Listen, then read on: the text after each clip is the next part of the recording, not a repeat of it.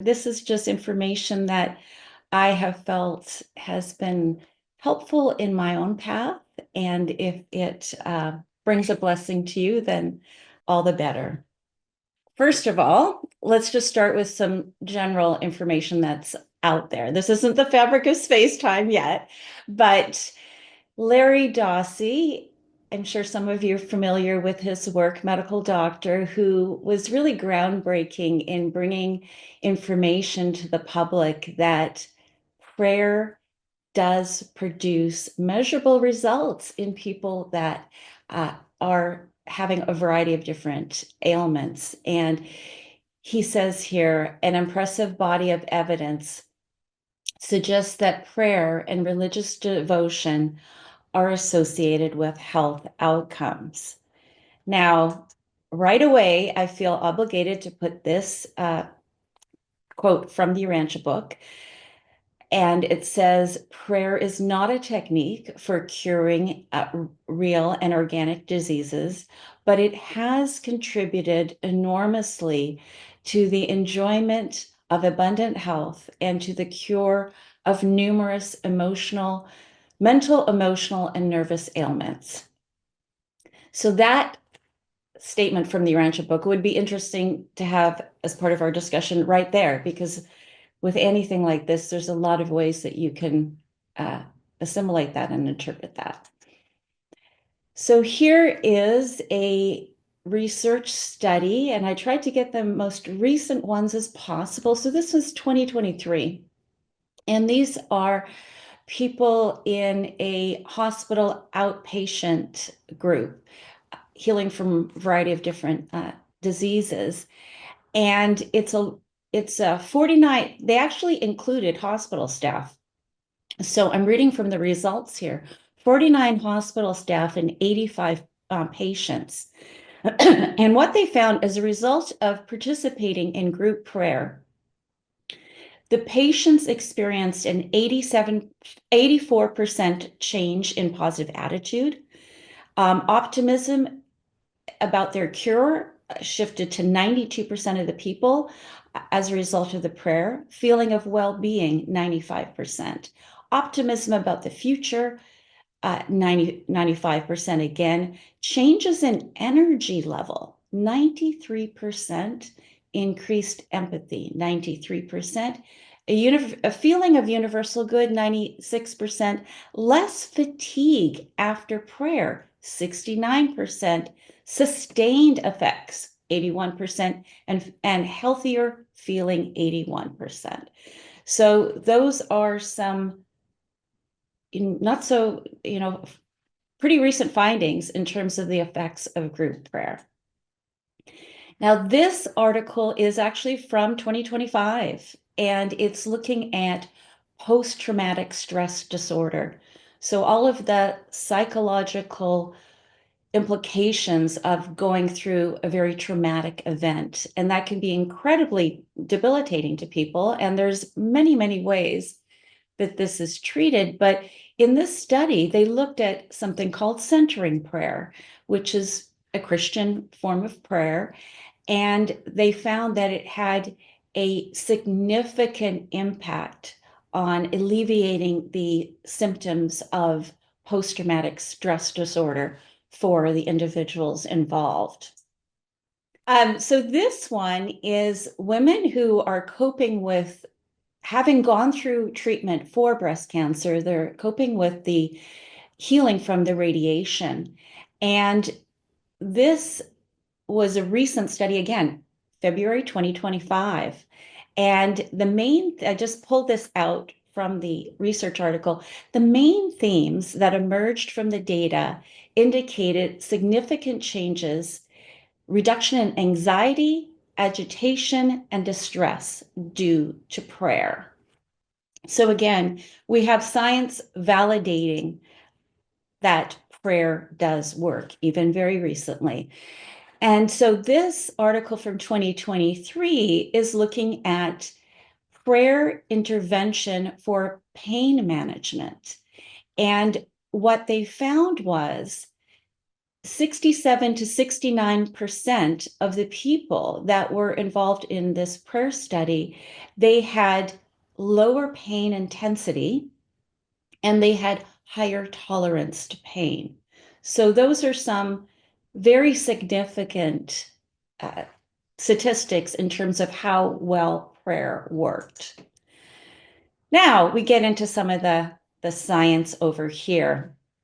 And so when we're talking about the science of how this fits with the Urantia book and how this fits with what we are starting to realize in science is, I'll read this slide. The sciences of biophotons and torsion fields, and we'll talk about that more in a second, provide a bridge between the two views of life.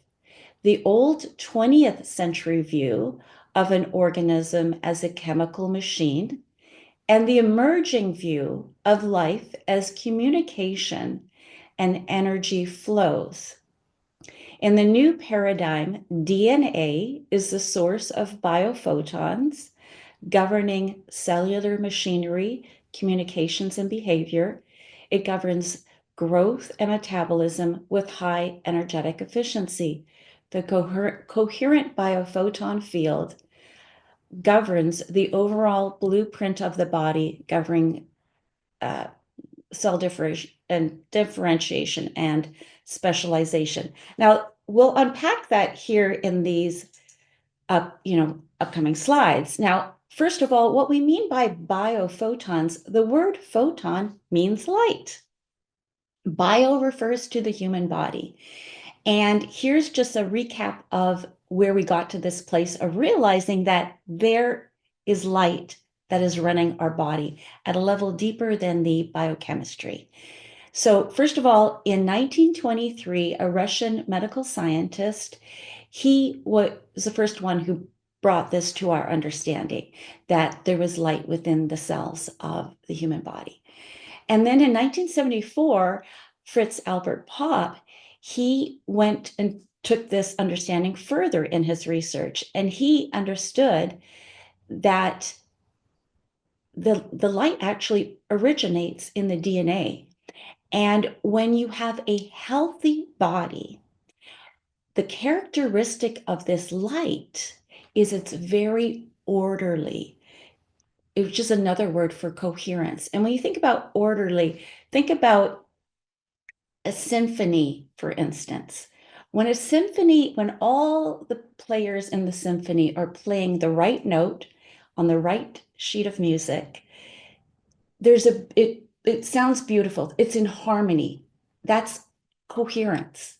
If somebody hasn't tuned their instrument right and they're off tune, or they may be playing on a different page of the music, it sounds jarring and we're like, oh, wow, that's out of harmony. Well, that's lack of coherence. And your body is run in that way. When your body is healthy, there's an order. And we know in the world, in the Urantia book, one of the principles that jumped out at me the first time I read it was, wow, there is so much order. Everything is thought through. There's just so much order. Well, there's that order that's in your body, and it's at the level of light. The way that the chemical reactions take place in your body, they happen so instantaneously. And your liver is doing something different than your heart, than your lungs. How is all of those amazingly quick interactions happening, but they're differentiated? Well, one of the biologists working on this, she wrote a book that's actually behind me, the pink book, called The Rainbow and the Worm. And what she said is your body operates as if it was quantum jazz. So there is a coherence for your whole body, but there's also this localized differentiation. So in a jazz music, the instruments are playing, they're riffing together, but there's a harmony together at the same time. And that's what's happening in your body. Coherence doesn't mean uniformity. Coherence means harmony. And it's the same in society. You can have a different view from another person, but you can still love them and be in harmony. So the human body is the same way. There's differentiation amongst the different organs and cells and parts of your body, but there's an overall global harmony, and that would not be possible without the light. And that's what these scientists are saying. So actually, Fritz Albert Popp, one of the reasons why he really wanted to even look at light, he wasn't even studying light in the human body. He was studying cancer cells. And what he discovered is a cancerous cell emits a scrambled light. The light is scrambled. It's not orderly. And a healthy cell, it emits a stream of orderly light. The human body is not just a collection of cells, and we're not just run by chemicals. We're certainly not just a materialistic machine. So biophotons inside the human body, there are, as I said, biophotons, biology, and then light for photons. And they're pulses of light within the cell nucleus. Now, if you have a strong biophoton field inside your body, you're healthy. And as we'll talk about a little later, one of the ways that we affect our biophoton field is through our thoughts and emotions. Our thoughts can be coherent or decoherent. What does that mean? Well, how does that translate? Positive thoughts create coherence. Negative thoughts create decoherence. And it's emotions too. Our thoughts generate our emotions. So if we're thinking in dire ways, we will have an emotional response. The thinking will generate that emotion.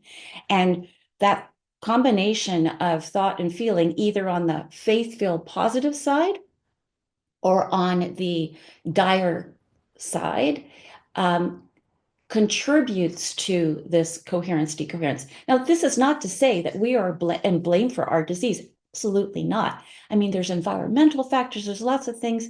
And because we're not separate from other people, this is the other part of this. Because we are not separate from other people, we're not physical beings in a contained, body. We're actually light that merges with other people.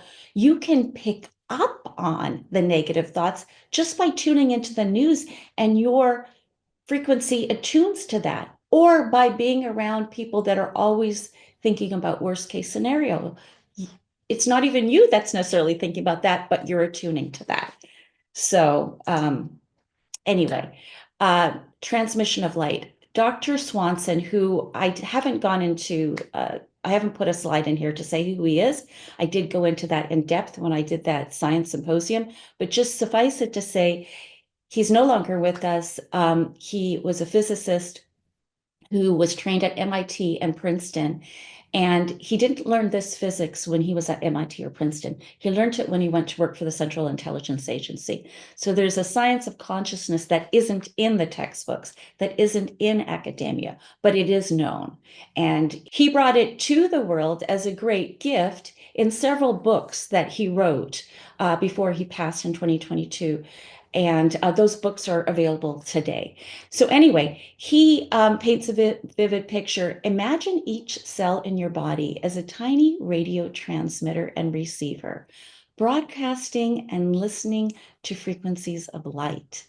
Imagine that these light signals create ripples in an invisible field that connects everything in the universe.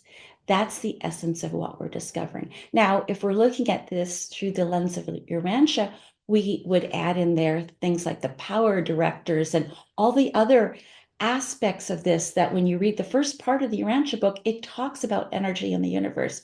Well, we are not separate from that. We are connected to that. Mortal man has a spirit nucleus. The mind is a personal energy system existing around a divine spirit nucleus and functioning in a material environment. Such a living relationship of personal mind and spirit constitutes the universe potential of eternal personality. Suffice that to say is, we are not just material beings cut off from God that is so separate from us. Yes, we have our thought adjuster, of course, but there's something even more than that we have. Every cell on our body is hooked up to God. We can't be separate from God. If you took this energetic component from us, if you extracted it from our material body, we would be a corpse. You can't take this from us. It is the way that we live. We just don't hear about it when we go to Western doctors, or, in Chinese medicine, they talk about qi, and that is related. And, in the United States, acupuncture is covered by insurance, and that is related. You're working on these meridians and energetic systems, and that is the level that we're talking about here. So, as I mentioned, Dr. Claude Swanson, the physicist who has given the world a wonderful contribution by his writings, and his work shows that the light within our body, the biophotons, are the melody of life. Now, they work with something called torsion. These torsion fields are even below that. That is really, in essence, what is connecting us with the Paradise Isle, what is connecting us with all the different levels of, you know, parts of the Urantia book talks about all the ways that energy is transferred and connected and so forth. And it is at this level of torsion that gives us a scientific understanding of what that could possibly be. And he says it's a cosmic dance of spin that permeates all of existence. Swanson explains that every time a biophoton is created, it creates a twist in the fabric of space-time itself. That this twist propagates outward, carrying information and energies that we're only beginning to understand. Now, Einstein was working on unified field theory, and there's some belief that actually he did develop that successfully. It just got put out of human consciousness for whatever reasons. But this is so important for us to realize this science, because it gives us a different paradigm to operate from. We're not lowly creatures here placating an external God. I'm not saying any of you think like that. I grew up as Catholic in Ireland, and I was taught I'm lowly and I have to obey God. And what this science is telling us is that the more that we align ourselves, our mind and emotions, in the most optimal way, what we would call coherent emotions, coherent thoughts. Another word for that is faith and positivity. The more we do that, we tap into this God that's there for us, this dimension of God that is there for us in our mind, in our body, and in the world. So this is actually a drawing that came from Dr. Swanson's book. I think he must have drawn it himself. Biophoton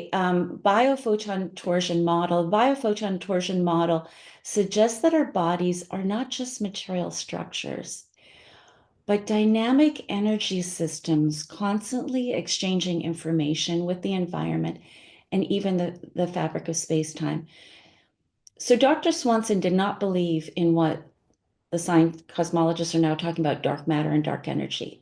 What dark matter and dark energy are in the cosmos is a couple of words that scientists use to say, hey, we don't know what's out there for 92% of what's out there. We don't know. So let's just call it these two things. Well, what Dr. Swanson says is, yeah, this is what Einstein was working on. He knew, it's what Nikola Tesla knew, and it's what the Russian classified programs, the Central Intelligence Program has discovered as well, is this level of physics that explains the fabric of space-time, and it explains why the human body, why can in the womb, how does that little embryo know to put an ear over here and a nose here and a foot there? Where's that blueprint coming from? Yes, as believers, we can say God, but God works through science, and it is a blueprint in the field. The cells carry that blueprint. And there is an aspect of this also that has to do with a female body carries more left-hand torsion, male body carries more right-hand torsion. So it has to do with the spinning of space-time. And when the left-hand torsion and right-hand torsion through, conception join, that creates a new consciousness. So yes, there is a material aspect of this is coming together. But what creates the blueprint for that is this fabric of space-time that is not separate from us. It actually is within us and around us all the time. So the torsion field outside your body is a copy of the pattern of the biophotons. Most of the biophotons are in your body, but the torsion field is outside your body, and it doesn't have any distance. There's no limit to distance that it can go. The torsion field doesn't have that limitation. And through prayer, the torsion fields around your body can be healed. So your body responds by changing the pattern inside your body by creating greater coherence. So what this science is telling us is, if we adopted this science as a matter of healing, like let's just take it out of the discussion of prayer for just a quick second. If we adopted this as a science of healing, we wouldn't be taking, and I'm not anything against medicine. Medicine is great. But if we evolved this particular science, we wouldn't be using pills or the way the regular, pharmaceutical methods. We would be using the energy. We would be using possibly light to heal us. We would be using energy healing, different hands-on healing. Prayer actually is definitely part of this. We would be using these ways to heal the body, because when the body is in more coherence, that filters down to the biochemistry, and that as a result gets healed. So if there's going to be a disease in the body, what the science tells us is long before it ever shows up as something, wrong in the cellular level, long before that, it shows up in the biofield. It shows up at this energetic expression level. And by the way, this isn't just theory. There is ways to measure the biofield. It's called gas discharge visualization. If you've ever seen a Kirlian photograph, which is developed quite a long time ago, which is the ability to photograph the human body and photograph the light in the human body. You can go on Google Images. I didn't, sorry, put one in here. You can see that the light can be captured through the Kirlian photography. Well, if you add on something called gas discharge visualization, which is a computer software rendering program, which takes the Kirlian photography and models a 3D model of the biofield of the body. In certain countries in the world, they use that to determine the health of the immune system, that producing an image of the aura around the body through this software technology. And it also is an indicator of the psychological well-being of the person. If the person is depressed, the biofield is shrunk. If the person is happy, it radiates. If the person is sick, it shrinks, physically sick. If they're healthy, it radiates. So and that is going to happen way before there's some change in the cellular structure. So if you can heal the biofield first, you actually heal the body too. So the Urantia book talks about coherence. It talks about the eternal quest is for unification, for divine coherence. This is a physics term. The far-flung physical universe coheres in the Isle of Paradise. The intellectual universe coheres in the God of mind, the conjoint actor. The spiritual universe is coherent in the personality of the eternal Son. But the isolated mortal of time and space coheres in God, the Father, through the direct relationship between the indwelling and thought adjuster and the universal Father. Man's adjuster is a fragment of God, and everlasting seeks for divine unification. It coheres with and in paradise deity of the first source and center. So coherence is a sign, like, yes, there's many ways that that passage could be interpreted, but let's just look at it through this lens. That is, it's the physics, and it relates to the light that's in your body, but also to light in general. So light can have different phases. In just a regular light bulb, it's not a coherent. The light is not orderly like it is in a laser beam. So why is a laser beam so powerful? Because all of the light particles are orderly, light waves are orderly. Now, a laser is so powerful in machine shops, in mechanical engineering, they use laser beams to cut through steel. So laser light is yes, it is something we're not seeing in our body with our eyeballs, but with the right technology, you could see that light in your body. If your light is coherent in your body, which is directly related to thoughts, coherent thoughts are positive. Thoughts that are despair and fear and anger break down that coherence. And what we just read in the Urantia book is that all through the levels from the Isle of Paradise down, everything operates based on coherence. And in the Urantia book, it talks about, why do we pray? We pray to overcome the isolation of, well, many reasons, but one of the reasons is we pray to overcome the isolation of man. And so what does that mean, isolation? Well, when you are in a state of decoherence, and we're come on, we're human, we all get into a state of decoherence. You get bad news, you watch a show that makes you afraid, whatever. So you get into fear, and you get into worry, and you get into stress.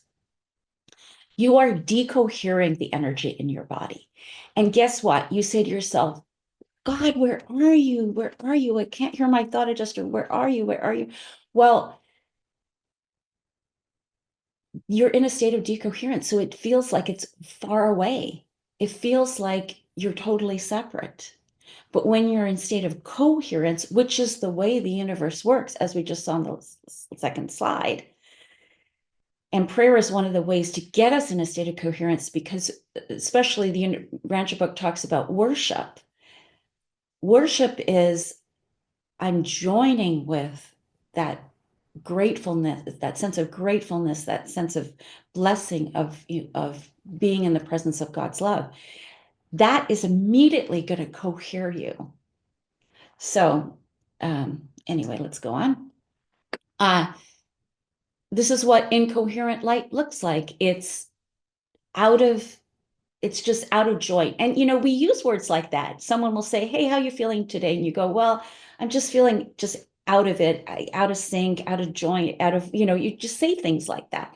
Well, actually, that is an appropriate thing to say, because it means that at a very deep level, the light is being scrambled in your body. Now, we can all take that for, short periods of time, and it doesn't cause any problems in terms of healing or any, disease or anything.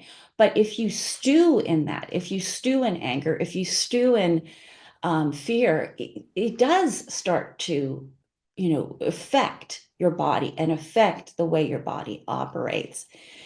And so that's just that image. So let's move along. This is from HeartMath Institute. HeartMath Institute has done a lot of research on the light that your heart emits. Your heart is not just an organ in your body that pumps blood. It's also operates on electromagnetic energy, on light. It's not part of the spectrum of light that we can see with our visible eyes, but it definitely can be picked up with different measurement devices. Now, what HeartMath has shown is when people concentrate on feeling gratitude, concentrate on feeling compassion, concentrate on pretty much anything that's positive, it changes the expression of light from their heart. The light goes out farther from their heart. They can measure it. The measurements can measure the light at a farther distance than if the person is meditating on frustration or meditating on resentment, on any negative emotion. It changes the expression of that light being emitted from the heart. And what it does is it's this coherence to decoherence. When it's strong, it's coherent. When it's weak, it is decoherent. So yeah, HeartMath has done a lot of research on this. If you can go to their website, heartmath.org, they have a library. They've been around for 40 years. They have hundreds of articles of research showing that a simple focus on remembering times where you're grateful to God. Well, they don't talk about God. They're secular, but they talk about remembering times when you were happy with your family or happy with your friends, things like that.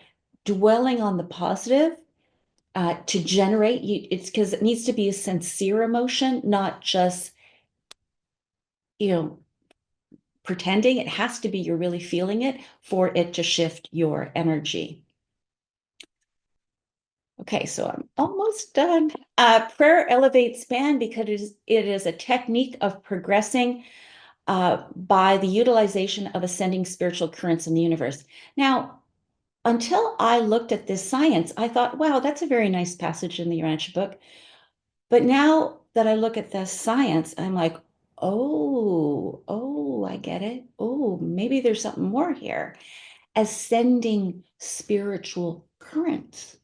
Now, these eyeballs are designed not to freak us out that we're walking around seeing all these energy currents around us. Otherwise, we'd be like, I can't even drive my car. I don't want to see all this right now.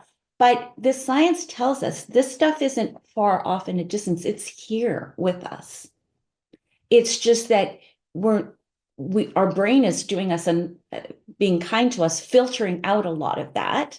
Our brain is not so much producing consciousness as receiving consciousness and filtering out just what we can deal with right now. But having said that, we are not just material beings, we are spiritual beings. And when we make ourselves more coherent, when we make this light in our body more coherent, all of a sudden we're plugging into these currents of the universe that are there for us all the time.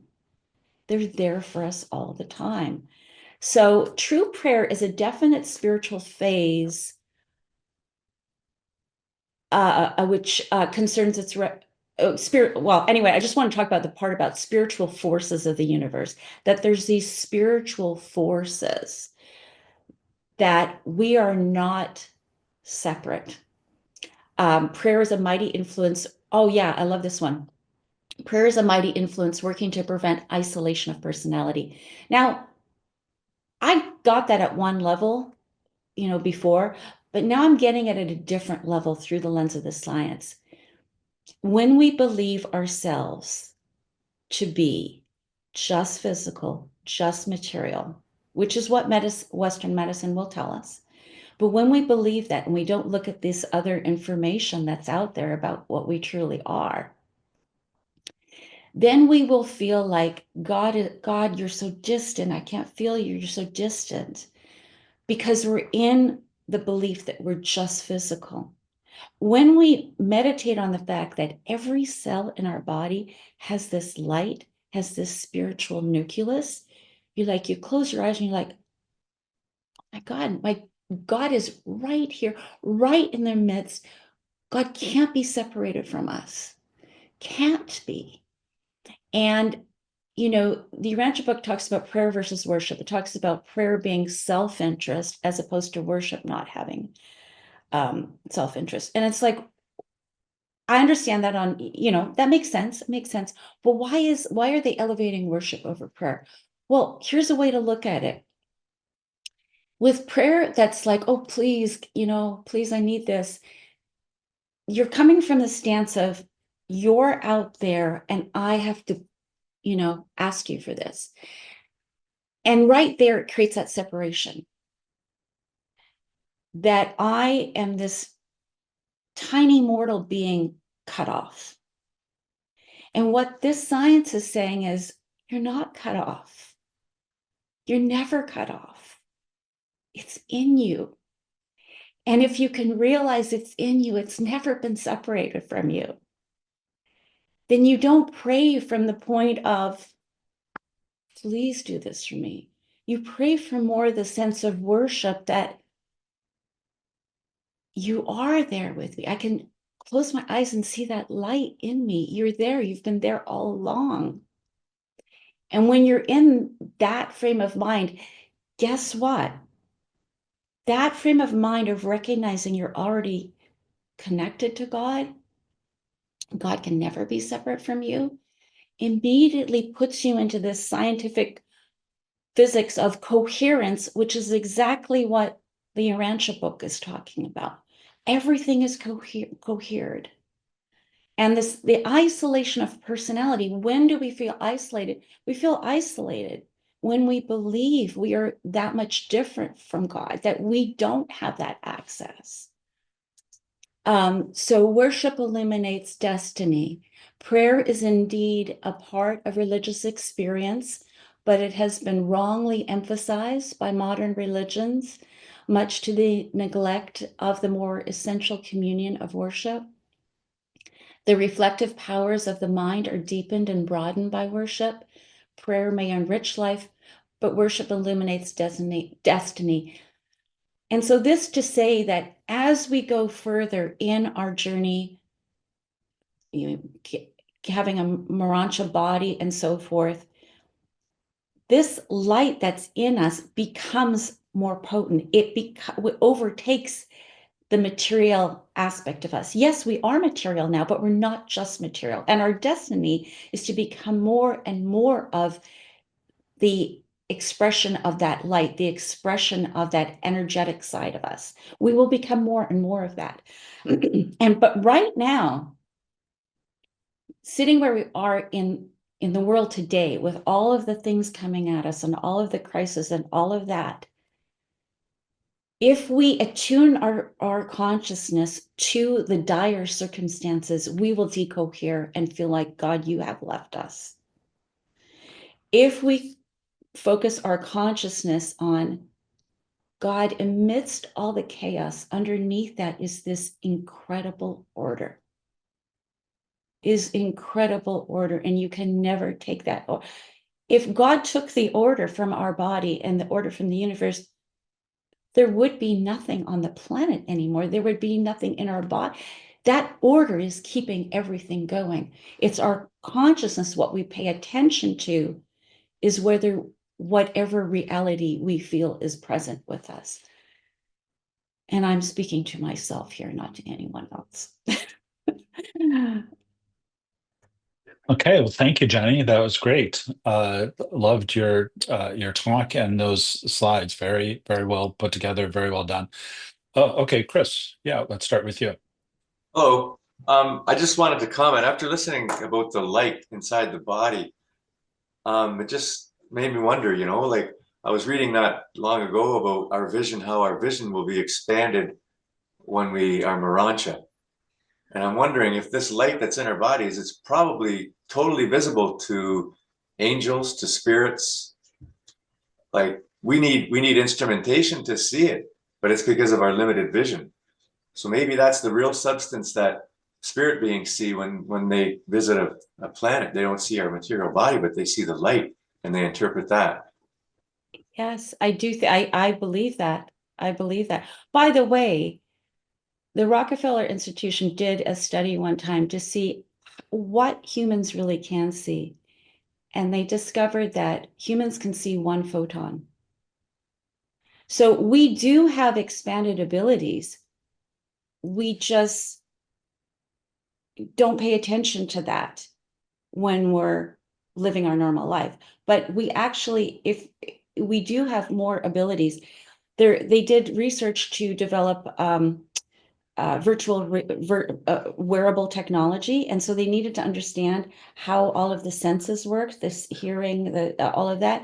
And what they discovered is our senses work based on vibration.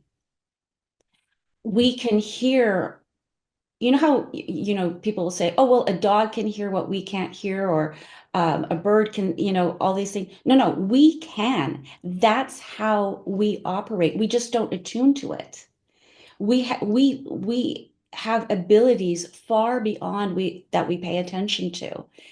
It just would be too much information for us to take in. But when the scientists wanted to replicate sensory experience to the most realistic experience for people through virtual reality, they had to really understand, okay, how do sensory experience work for humans?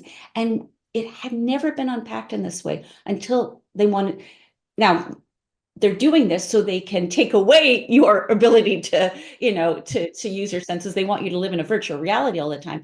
But the point is, what came out of that was some very good information that we have far more potential right now than we ever experienced. But when you say that they show up and they see that light instead of our physical, I 100% agree with that.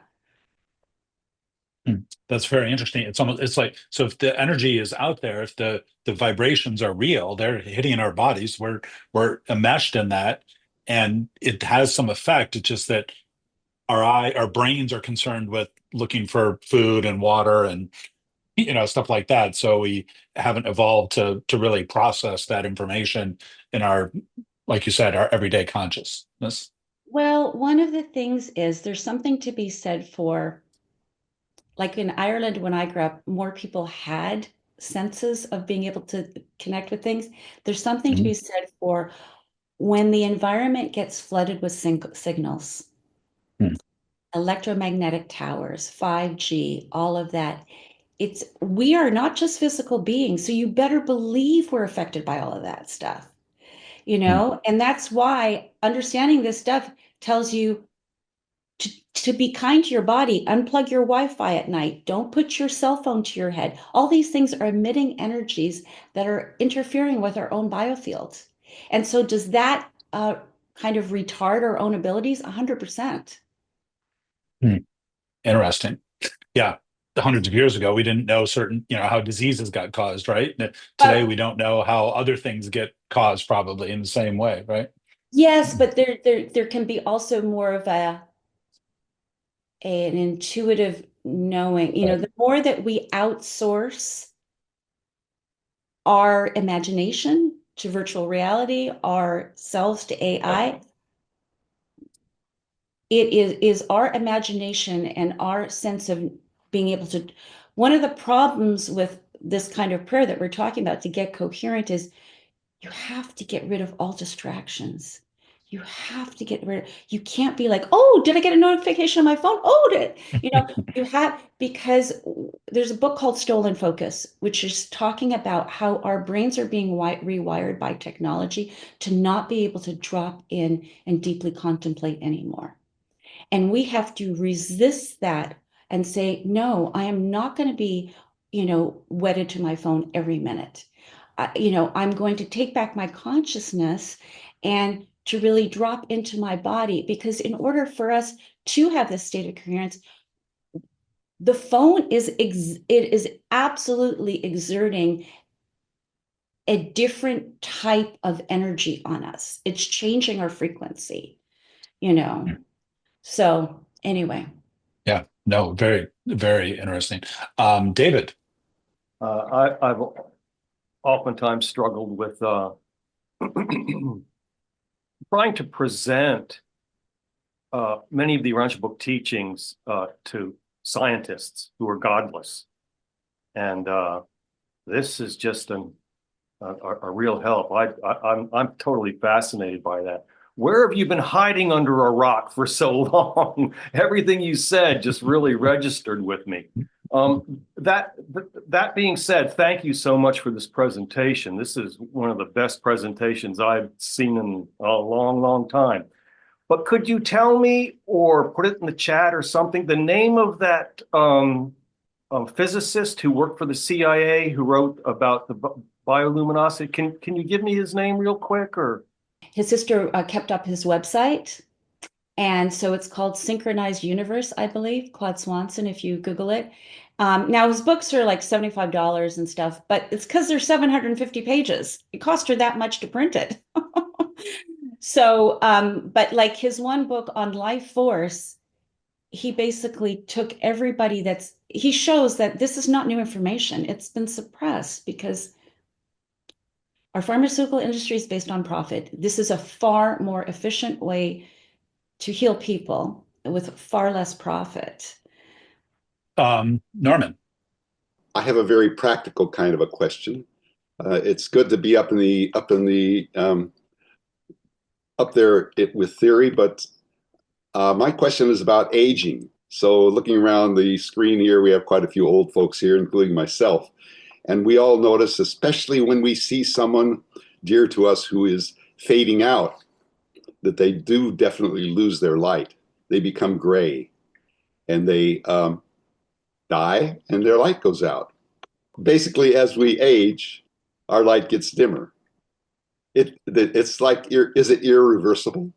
Or is there the possibility of eternal life in the physical body because we can keep our light shining? I mean, there's a time for everyone to graduate and pass on. So that's just, good. But at the same time, why do we have to buy into, you can be radiant and pass on. I mean, listen, I mean, it really has to do with disentangling from the pharmaceutical, all of that, from disentangling.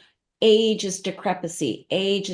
No, it doesn't have to be. Like, if we really adopt this information and we really bring ourselves into this awareness of the light, and one of the most powerful things, I didn't discuss this here, but Lynn McTaggart has done some research on this. One of the most powerful things is it's not even to pray for ourselves. One of the most powerful things is intercessory prayer, to pray for other people, because not only does your body get the benefit of it, but the other person does. And that amplifies the light in your body and creates, healing for the other person too.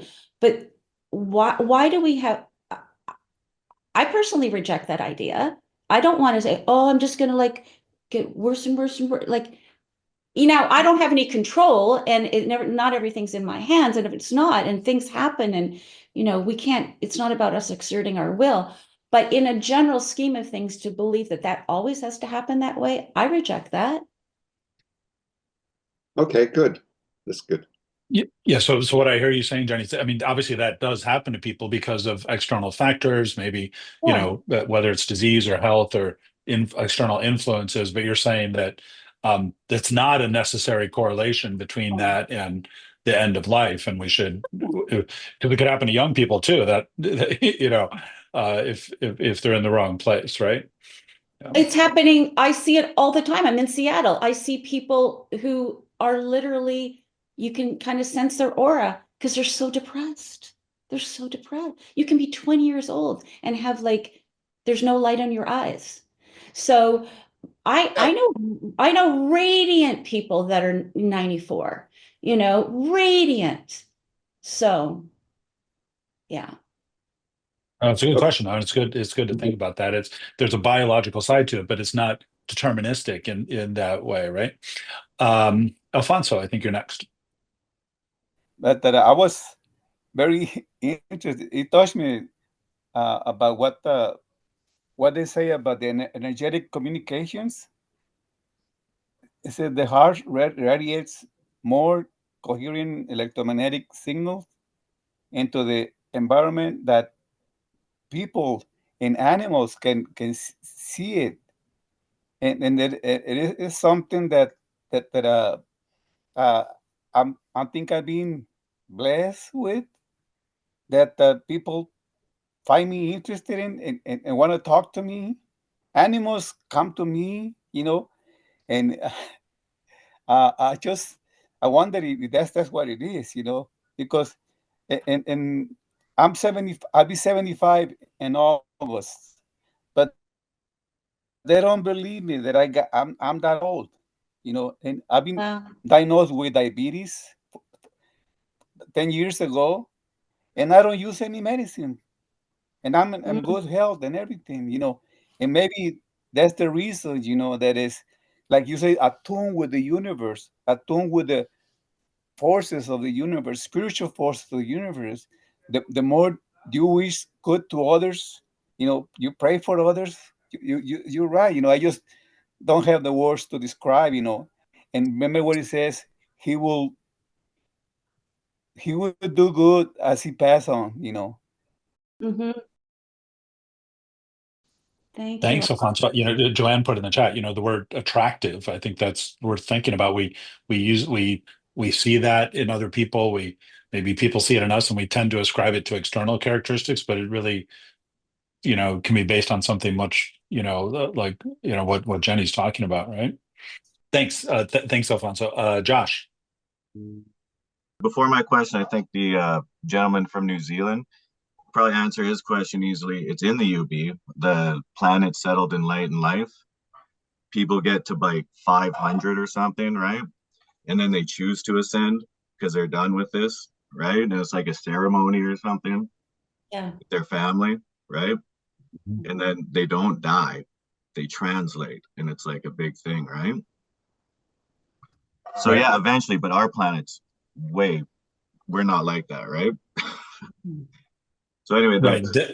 Their material body gets consumed, and the spirit goes on. But yes, yeah, you're right. It's continuous. yeah, just for his question anyway, I think Yeah. that's what he was getting at anyway. Yeah. My question for Jenny though is, what's your opinion on, like, they say there's a form of energy undiscovered here they talk about quite often, right? They're like, oh, as yet undiscovered in Urantia, there's a form of energy. And as you were talking, I was thinking it must be a light energy. It is my guess. Do you have any opinion on the undiscovered energy here they talk about?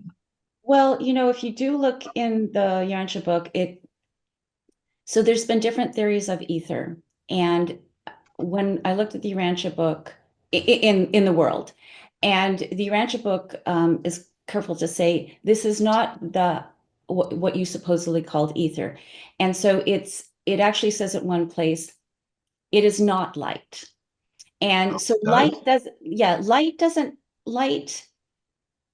can't travel the distances. It doesn't have some of the properties that this torsion does.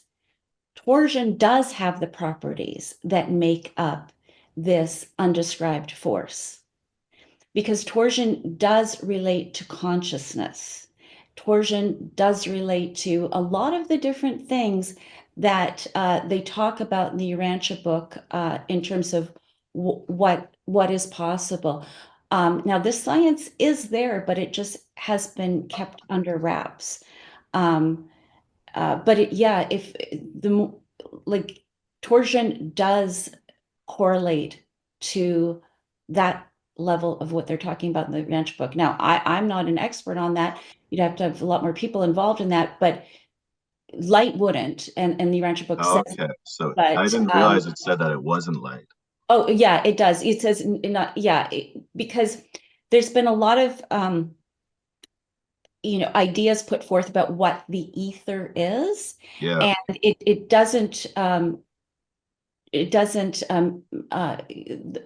electromagnetic energy is not going to be that.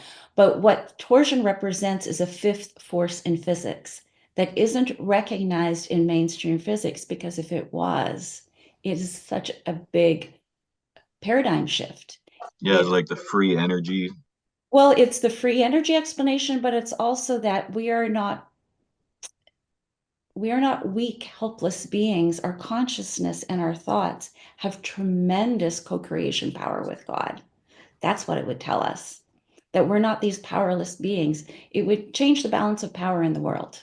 It Yeah. would be the biggest revolution ever. That's why it's kind of kept secret. And unfortunately, not to be pessimistic, one of the reasons why these things are kept secret, because they can be weaponized.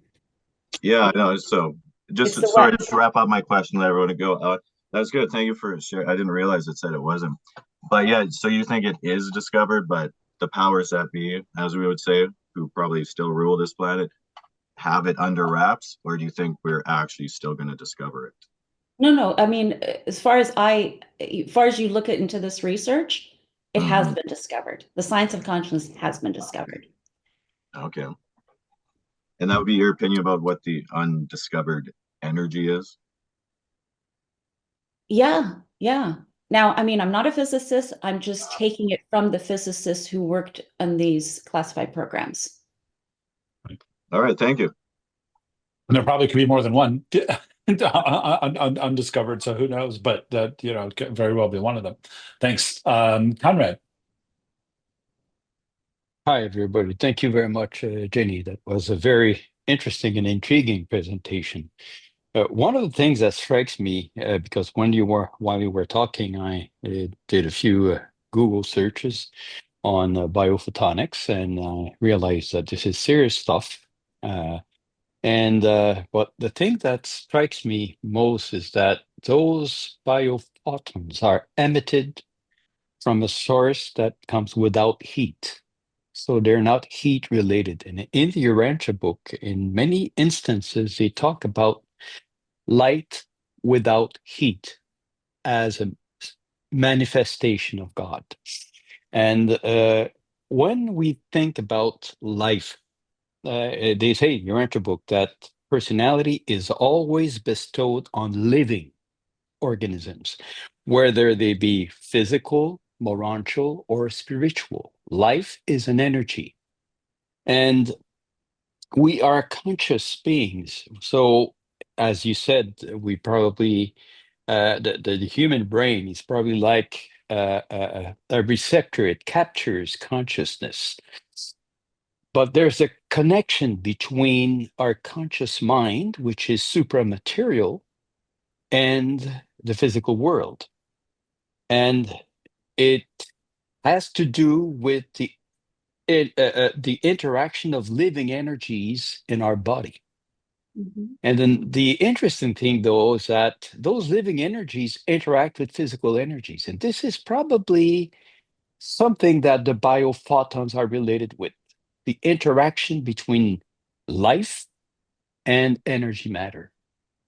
And the fact that our state of mind can change the nature of that interaction with the physical level. So if we're in a peaceful, spiritual, united state of mind, that will be reflected in those biophotons that are closely related to the living energies interacting between the mind and the human body. And there's a whole science already existing. They call that we know that the emotions and the feelings do have an effect on our health. There's a whole branch of science that is dealing with that. This is quite fascinating. And when you say that those little torsions that they create when they're emitted, again, you talk about the fabric of time and space, but in the Urantia book, they mention that a spiritual reality has no mass. It doesn't displace space and is not penetrated by space. But they're not so sure about that when they're dealing with the mind. They intimate the idea that perhaps the mind is displacing space, but it's not penetrated by space. And that may have an effect on the torsion and the kind of impact that they have on the time-space fabric. So it's just hypothetical thinking, but what you said opens up a whole line of thoughts, because I totally ignore everything about biophotons before attending this meeting, and it's fascinating to see that there's a whole branch of science dealing with that, and we very seldom hear about this. Well, the thing is, thank you for that comment. You really have to be careful with Google. There's a lot of information that's been filtered and a lot of disinformation. You can't look up torsion physics and get anything reliable. You have to go to people like Claude Swanson to get it. But torsion doesn't carry mass, it carries information.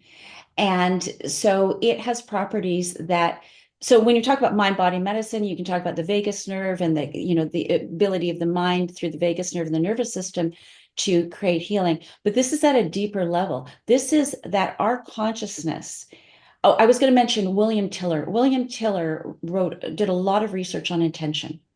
And he had no interest in this. He's not alive anymore until he got a book that came out that showed during Glasnost that the Russian government has been working on torsion for decades and decades and put, countless millions of dollars into this. And some of this information got leaked out during Glasnost because when the communication flowed easier at that time, it's not like that now. But anyway, he got this book in his hand and he realized there's this whole other level of physics that he had never learned in school. And so he started doing experiments on it. And he realized that this is the key to understanding how our human thought, our intention can change the fabric of space-time through torsion, not through biophotons, but through torsion. Mm-hmm. There's another dimension that is interesting when you're dealing with biophotons and the vortex. I remember your previous presentation at the scientific symposium, and I was thinking that the soul could be a vortex because it is eternal. It's an eternal matrix. Just a thought that I'm bringing back to you from that previous presentation. But what I would like to say is that there's a phenomenon known as non-localization. When you take a particle and split it in two and send those two parts in different directions, if you change the status, the spin of a particle in one direction, it will change simultaneously in the other direction, but this is something occurring faster than the speed of light. And what is transferred between the two particles is information. This is where Claude Swanson talks about torsion. He goes deep into that. He goes deep into why the local is connected to the distant. He talks about Mach's law. He talks about all of these things and goes into a very deep that you would appreciate with your mind, far beyond my mind. He goes into a very deep explanation about why us being somewhat separate from the cosmos is actually not separate, and how torsion, being information, is that connecting piece. Very interesting. Thanks, Conrad. Thanks, Jenny. It opens the door to a lot of these topics coming together and being related. Bob. Yes, Jenny, thanks for your presentation. I'm hoping you'd help me dissipate what I believe is an inconsistency within the Urantia book. And that is that in one of your first slides, you quoted the Urantia book saying, prayer will not help with, I think the terminology was, real and organic health ailments or conditions, but it does help in connection with mental and emotional conditions. It seems that the Urantia book later talks about the real and alleged miracles by Jesus. Some of them were just coincidences, some were real he healed the blind and so forth, turned wine into water and so forth. These are changes in physical conditions and so forth. So if it is, as I believe, that prayer is a connection with the divine, and if we believe Jesus was the divine or was connecting with the divine in order to perform these miracles, then why wouldn't prayer, therefore, by we humans connecting with the divine, enable us to make the same physical changes that Jesus did in connection with these miracles? That is, to change not just mental and emotional conditions, but also physical conditions. Listen, these are discussions to have and to unpack, and I don't know any better than you do. But the Bible says, Jesus says, "In greater things shall you do," right? So if we look at this science, what you could say now, listen, I'm not taking away from the miracles of Jesus, but he did say greater things you can do. So here's how that applies is we are energetic beings, not just physical beings. We exist in not just a fixed reality. Science is showing that there is a level of subjectivity to it, and it's even hard for me to put words around it. But you could say that when Jesus saw the blind man, there was also another aspect to that person that also had full sight. So when we talk about in the physics, we talk about superposition. So there is another version of that person that exists that doesn't have blindness. And because Jesus was able to see and in that angelic realm and see all of the possibilities of that person, with his strong belief, he could pull forth that fully sighted person from that blind person. Like he could pull forth that superposition reality and bring that into the current reality. It exists in a state of possibility. The physics tells us it exists in a state of superposition. It exists in a state of the realm of possibilities.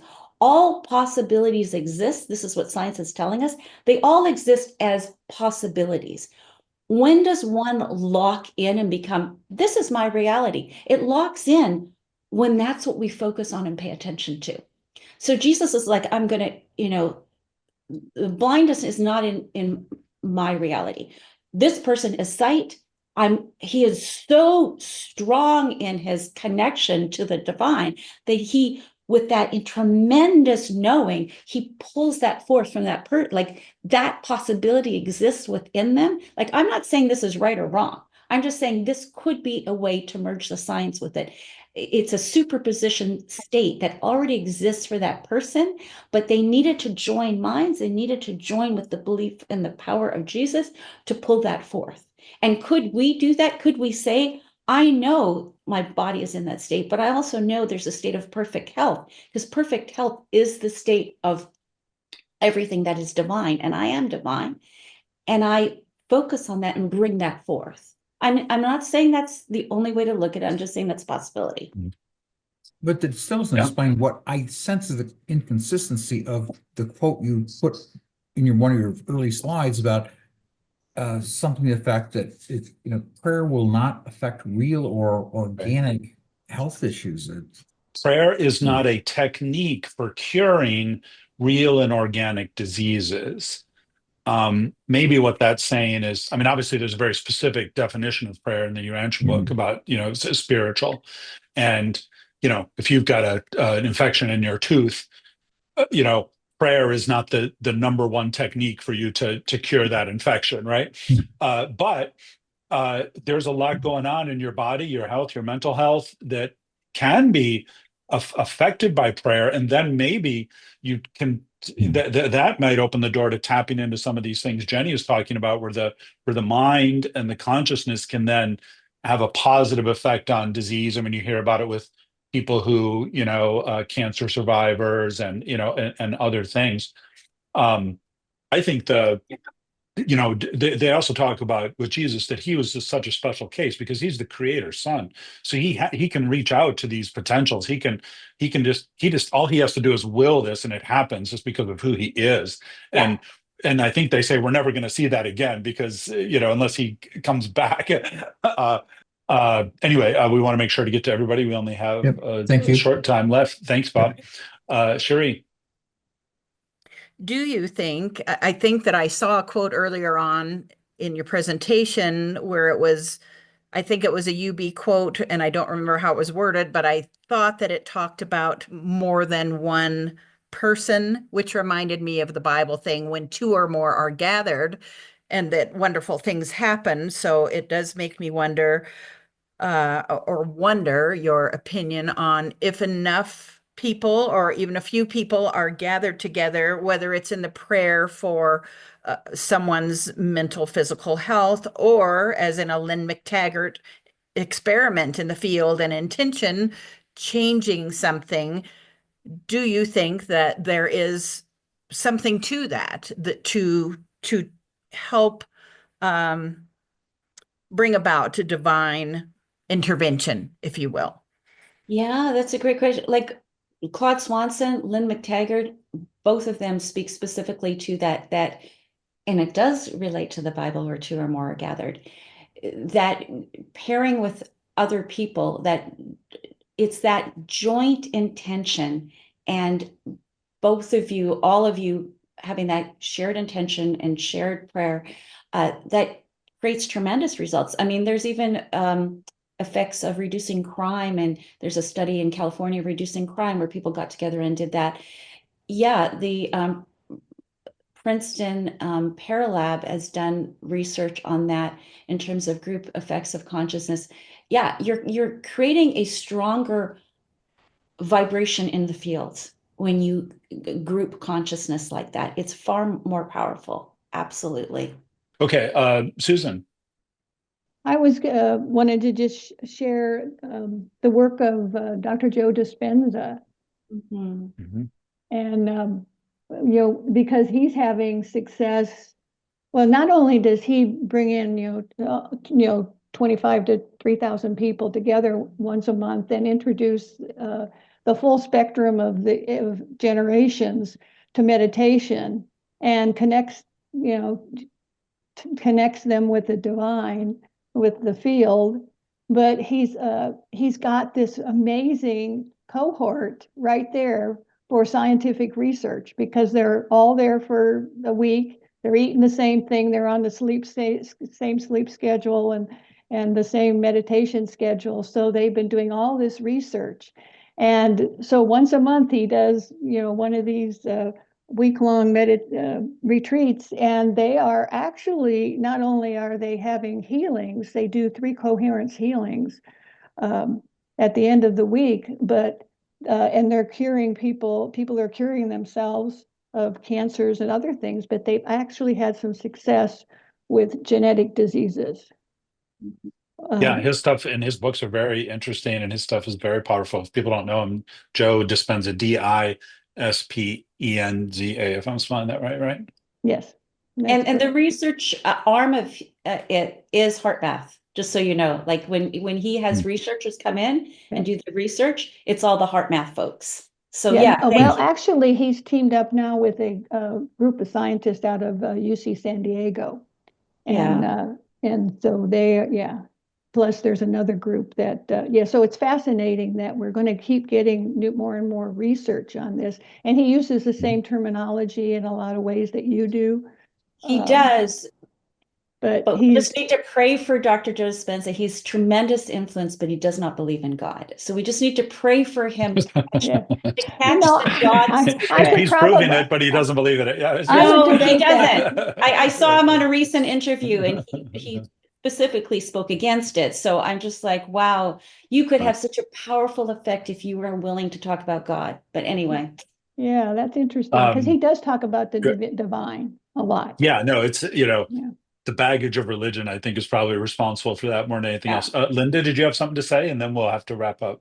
Yeah, mine is pretty small, kind of, compared to everything. But I like, Jenny, how you've brought it tied into much of what the Urantia book speaks. And one piece that seems important is that awareness, that recognition, that internal consciousness.